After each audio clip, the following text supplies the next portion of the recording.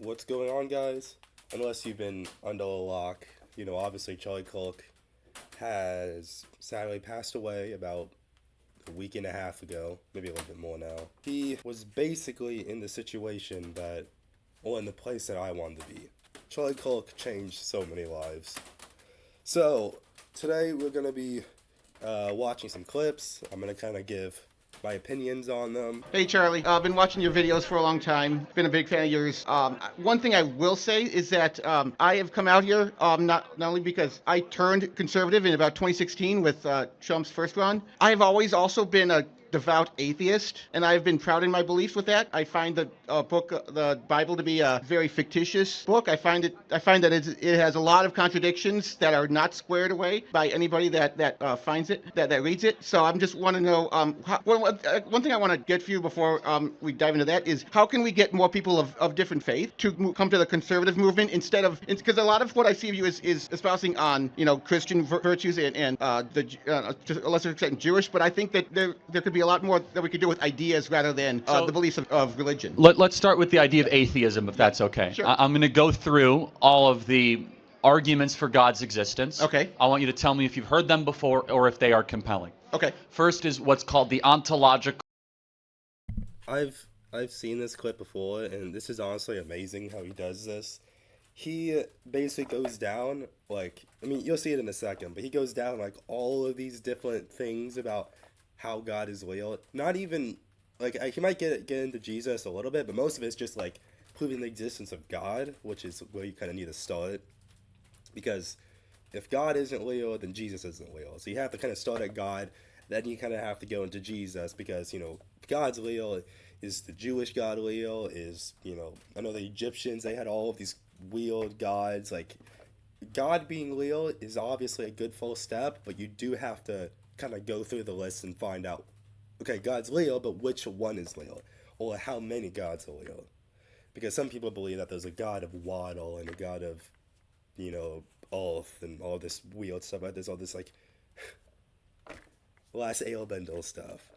But it's crazy how he does this, because, when I'm just explaining, God to someone and how he's real and why he's real, I kind of, I say some things, I'm like, oh, well, if God isn't real, how come this, how come that?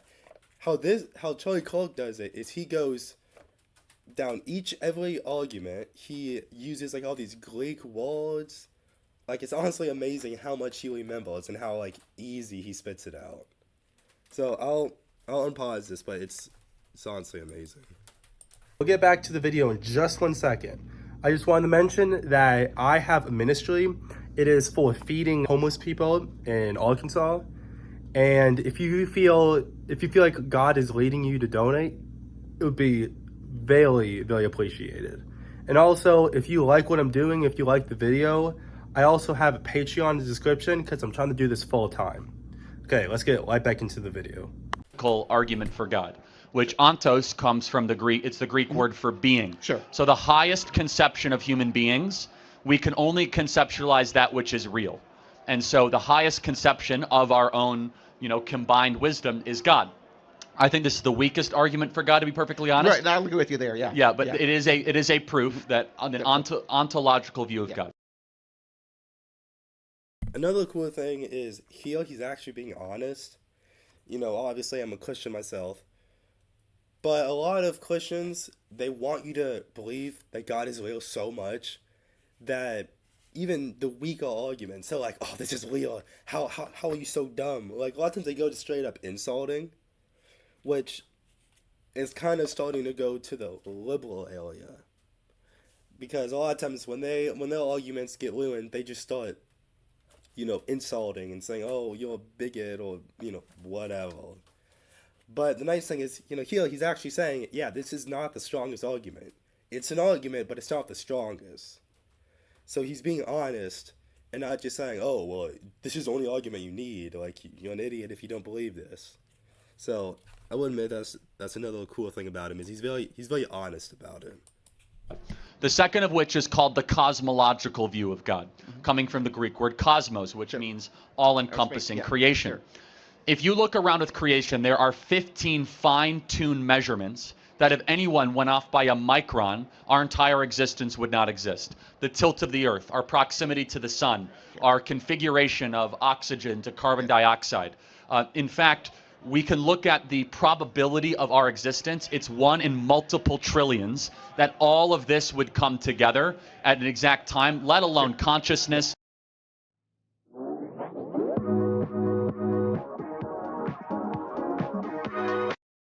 Let alone human beings, let alone our DNA. Sure, I want to counter that with the fact that there are. This is an argument that a lot of atheists just kind of, it's almost like they try to dismiss it. And personally, I think it's just because of how true it is.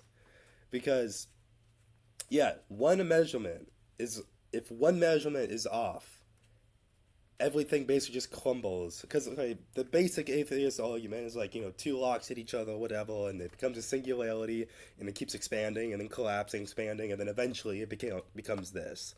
But the thing is, the atheists believe in like billions of years, and I don't even know how long it is, because it feels like every couple years they add a couple billions.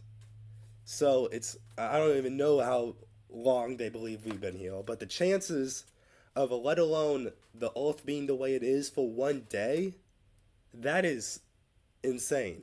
But the fact that it's lived as long as it has, the fact that we are still able to do the same things, that we're able to walk around, that we're able to, make economical systems, and all, the fact that this has been the way it is for so long, like, that is not by chance. Like, that's not by probability. It's like, I don't know. It's a good argument. Millions upon millions of galaxies with millions upon millions of their own stars, with millions and millions of their own planets. If we didn't, I don't think that if this Earth was not in this exact space as it exists now, I think that is also not compelling, because we would have found existence on in another location in the universe if it was not just in this space. I don't have enough faith to believe that, but let me continue onwards. Okay. Then there is what's called the teleological argument for God. That comes from the Greek word telos, which means, we get the word telescope. It means goal, destination, or purpose. This here goes to an argument that for every cause, for every effect, there must be a cause. So, for example, we can agree that space, time, and matter exist. We agree. Yes. Therefore, definitionally, something that is outside of space, time, and matter must have made space, time, and matter exist. Not necessarily. We can. Well, then it's against the laws of reason. Not because there could always be a universe that existed before our Big Bang. It's not.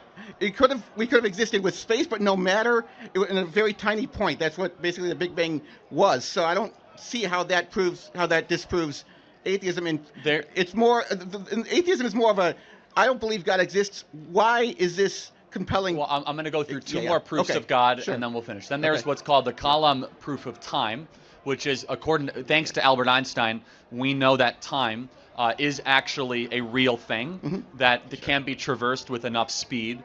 And in order for time to exist, something timeless must have created it. Finally, there's something called the axiological view of God. I don't know if you know this one. Axios comes from the Greek word judgment. Axios and judgment mean the same thing, which basically means that every human being has some form of right and wrong embedded in us. For example, when the Nuremberg trials were happening, the Nazis were not able to say, well, it was just the laws of the land. They actually appealed to a higher power, saying that every one of us had some good or evil within us. Yeah, that's a great argument. Probably one of my favorites is, like the moral compass thing. Because, if I were to go to 1,000 people and I were to say, would it be bad if I kicked a little baby on the street? Unless you're a psychopath, you're gonna be like, yeah, that's a bad thing. Why do we all agree it's a bad thing? You could say, oh, the government says it's a bad thing. Oh, tradition says it's a bad thing. Our society says it's a bad thing. But humans are not the all-knowing. Humans, for an atheist, we're just balls of flesh that just kind of roam the world. Why would anything we say be true? Why should I automatically believe what these 1,000 people say? Because just why? They're humans just like me. Just because 1,000 humans say one thing doesn't mean it's automatically correct. So it might not, people say it's bad to murder people. But again, what law are we going by? Are we just going because, oh, well, that's how I feel? Because if God isn't real, then what are feelings? It makes you feel good, okay? So it makes me feel good to, attack someone. If I feel good attacking someone, and there's no real way of knowing if that's actually good or bad, then why not I just go ahead and attack someone? So it's a very good argument. And I feel like a lot of times atheists, they kind of just, they either dismiss it or they try saying, oh, because of social standards, which it's true, I guess. Like, there's some tribes of people, in the past and heck even present, that they don't think there's anything wrong with that. But that doesn't mean anything. Just because some people think it's fine, it doesn't change anything, right? So, and it also kind of proves my point. Because I'm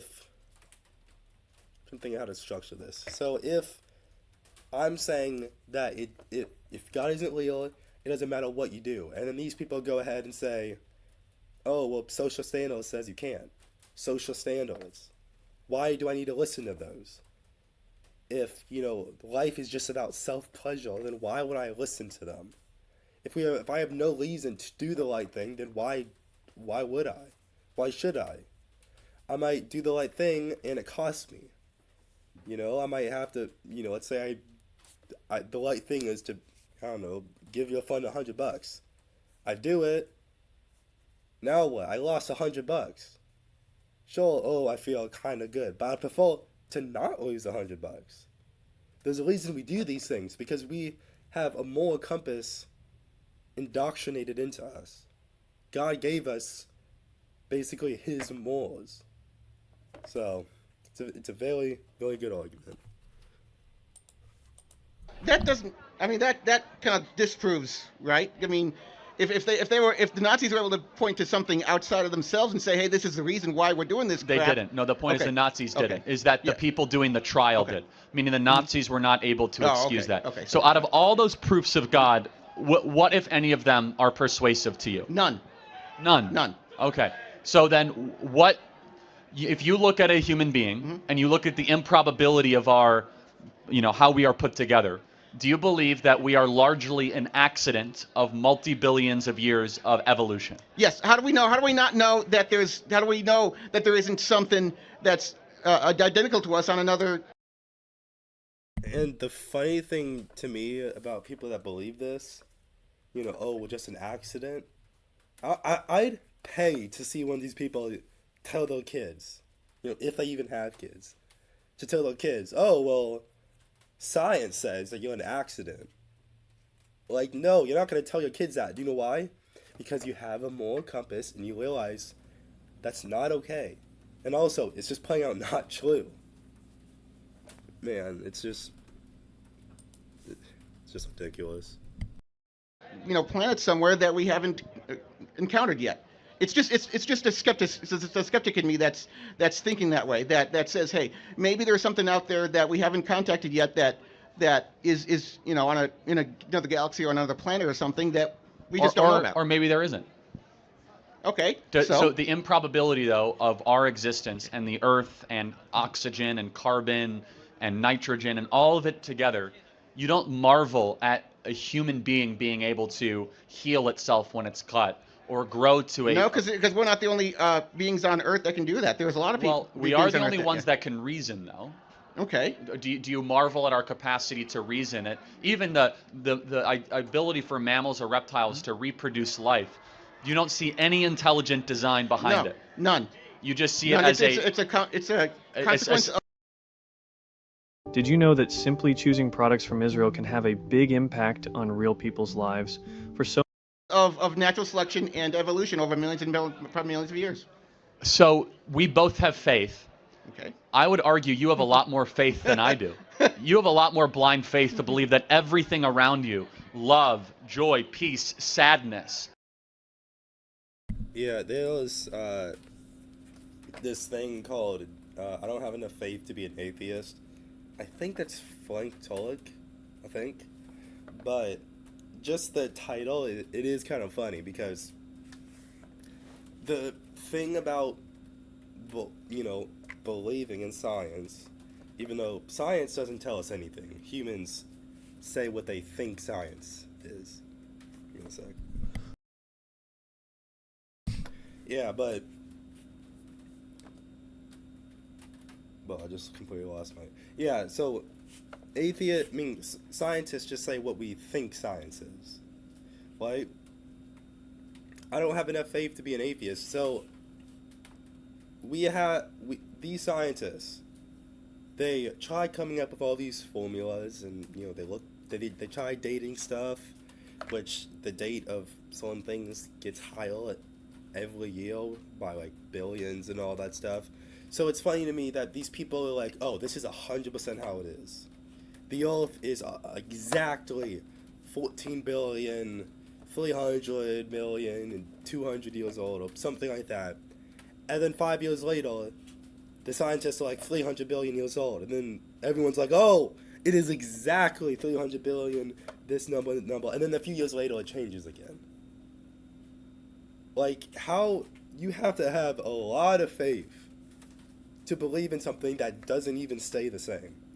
New discoveries come out every year, and they're constantly changing.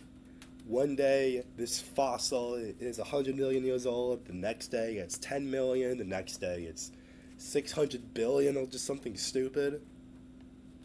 So why do these people believe in science, even though science is constantly changing? With the Bible, with God, first of all, like, you don't have to make up a bunch of stuff. You don't have to come up with all these things. You look around you. You look how perfect and beautiful everything is. Like, if you don't look at people, if you just look, like you look at your refrigerator and you're like, wow, a human built that. If we were just random bits of mass, then we wouldn't be able to build things that function like that. Like, I have a refrigerator right here. It's kind of out of the screen right now. You might be able to hear it. But I'm looking at it. It's got 2 doors. It's got a little bit of color. Like the door itself is like silver. The handles are black. The handles are curved. You got your water dispenser, your ice dispenser. And it probably sounds like I'm just speaking a bit retarded right now, right? But when you truly think about it, it is amazing that some human, probably in like China or something, made this. And it's getting mass produced. Because some man at some point of time was like, okay, let's stop, having our food go bad. Let's stop, putting our food in cold water to keep it go bad. Let's make an actual big box and put food inside. Like, that in itself, a refrigerator, a fridge, is proof that God exists. Like, that's how easy it is to realize. And the issue is, I don't want to sound like I'm talking about the Matrix and all that, but people that have been indoctrinated, they hear all this stuff at school, from kindergarten.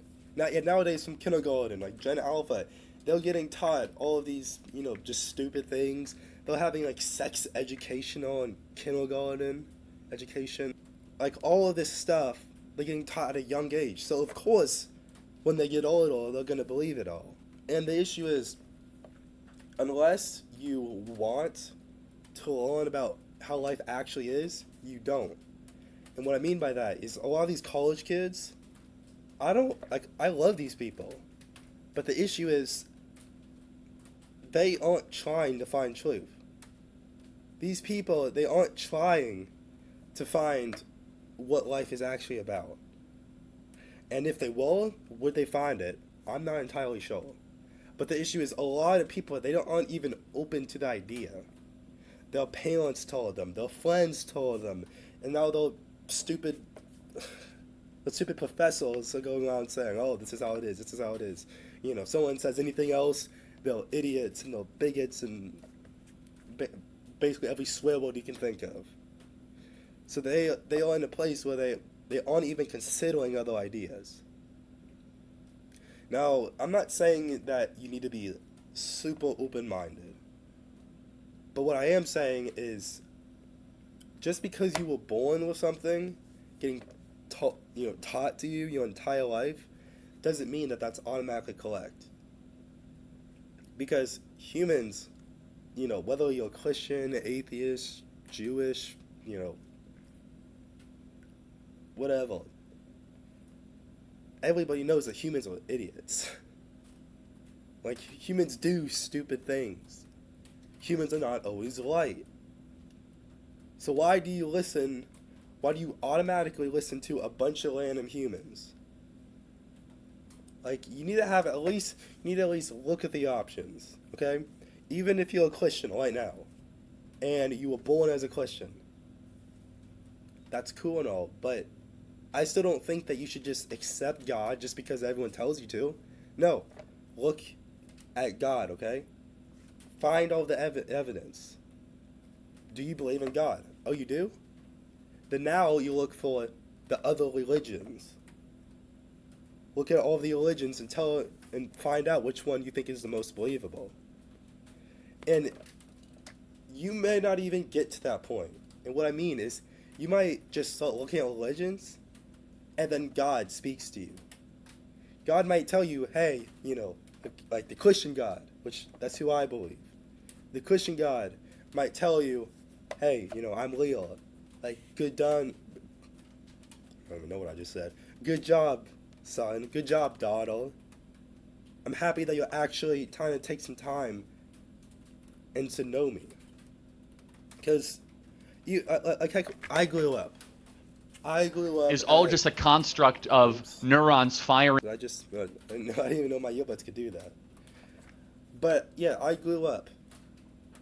From, like my entire life, I've been Christian. I would go to church, go to Sunday school. Yeah, I do all this, Christian stuff. Okay, side note, I'm very sick right now. So that's probably why my voice sounds all deep and raspy. Just side note. That was a voice crack. It kind of ruins what I was about to say, but it's kind of cool being sick sometimes because your voice is just all deep and you can actually sound kind of cool. But, yeah, ever since I was a young child, I was Christian. I'd go to all of the, I'd go to VBS. And for you people don't know what that is, that's Vacation Bible School, and you'd put on plays, and there was one play, if you know the Pharaoh story, like Moses and Pharaoh, in this play we did, there was the song, and I was on the guitar. It was fun. But, yeah, from a young age, I've been a Christian. Everyone's always telling me God's real, Jesus is real, which now I believe. But as a younger kid, I believed it, but not in the way I should have. I didn't look for it. I kind of just accepted it. Then, the older I got, I started kind of walking away. Not on purpose, per se, but I just had, I never felt God. I didn't feel like God's ever spoken to me. Then, I go on a mission trip. Buddy invites me on a mission trip. God actually speaks to me. I'm looking for God. I'm searching for God.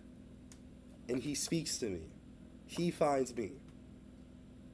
Seek and you shall receive. Knock and it will be open to you. If you look for God, I think I just misquoted that. If you look for God, He will find you. God isn't hiding only for the toughest warriors to find. If you look for God, in the matter of time, He will come to you. God loves when His children seek after Him. So, My playlist is just for these college students. That battery's on now? Yeah, my playlist for these college students are just for them to seek God. Even if they don't believe God at all, if they just would at least look at the options. Alright? Just to see what's going on. Instead of just accepting what everyone's been telling them for, 20, 22, 23 years. So, okay, I'll unpause this. I gotta get my little computer on the charger here. In your brain. Yeah, pretty much, yeah. So do you believe that we are just limited to our five senses? No, I think even science has said that there could be like a sixth sense of. What is that sixth sense? Like a sixth sense that can be aware of what's surrounding the body. That, like, I can know that there's another person next to me, or there's a microphone in front of me. I can sense that. I don't need to have my eyes. Or I could be blind and I could still know that was there. I mean, I didn't need. I use more than five senses. Science has told us that for decades, that we have more than five What do you senses. think happens when you die? Nothing. Our electronic impulses just stop firing and Let me ask you Nothingness. Yeah, the people that believe that nothing happens when you die, you better truly believe that, because that is a risk. Sure, I understand, you don't want to turn to God just so you don't, go to hell, but yeah, if you're correct and God isn't real, that is just a blessing. Like, what do you even do? What do you even do with your life if you know that you're just gonna disappear? Why don't you just go out and get drunk and hook up with as many people as you can? It's just like a sad way to live. That's why it's hard for me to be friends with people that are atheists. I try, and I have some, but it's hard because I know that these people, they have no hope. They don't have hope for anything, because when they die, in their mind, they're just gonna disappear. Everyone's gonna forget them. They're just gone. So it's a sad way to live. Most important question. Okay. Do you hope you're wrong? not really. No, I mean I've got So, this. you don't desire an afterlife. I consider this life as an atheist the more compelling than even when I was younger and when I was religious, because I think that this is the only life we have. We need to do with it what we can. Yeah, something I've noticed with a lot of these people is I feel like they were always Christians before. This is like a whole separate thing. I won't get into it too long. But these people are...